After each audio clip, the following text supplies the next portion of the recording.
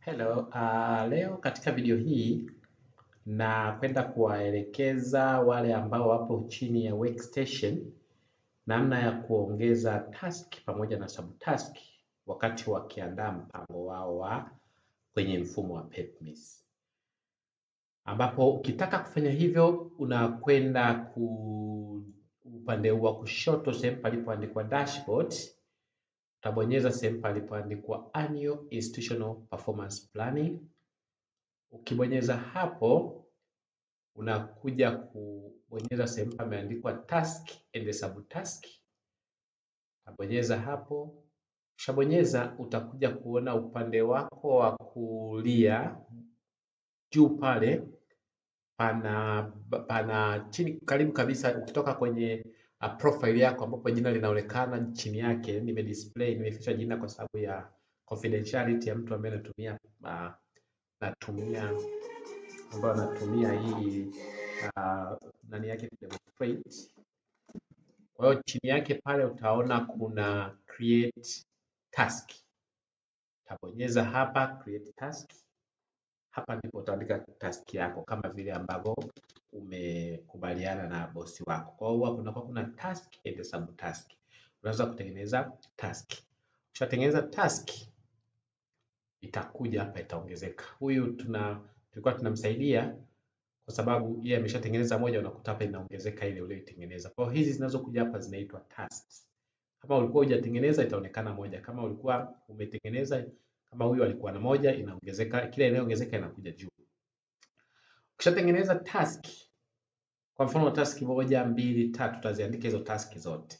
Lakini kila task ina subtask, ndio utaratibu unavyokwenda kwa watu wa kwenye workstation. Unakuwa una task ile kazi kubwa afu na visubtask vyake.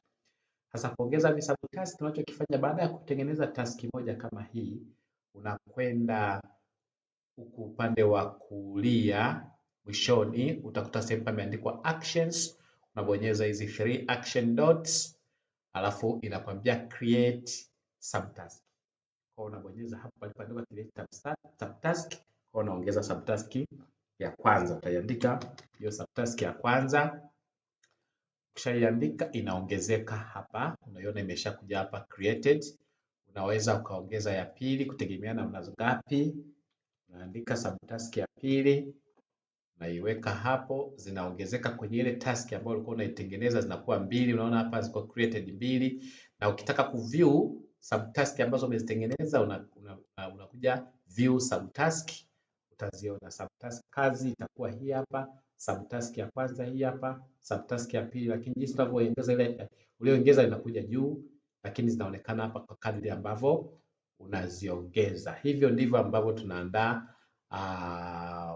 task na subtask kwa watumishi waliopo kwenye workstation. Once ukimaliza, kama hizo unaziona zimesema submitted, hapa inasema iko created. Kwa hiyo ili uweze kuzisubmit, baada ya kumaliza kuziingiza subtask, unabonyeza view, ili kwenye kila task unaangalia subtask zote zilizozitengeneza. Alafu ili uweze kusubmit unabonyeza hapa, unakuja unabonyeza submit subtask.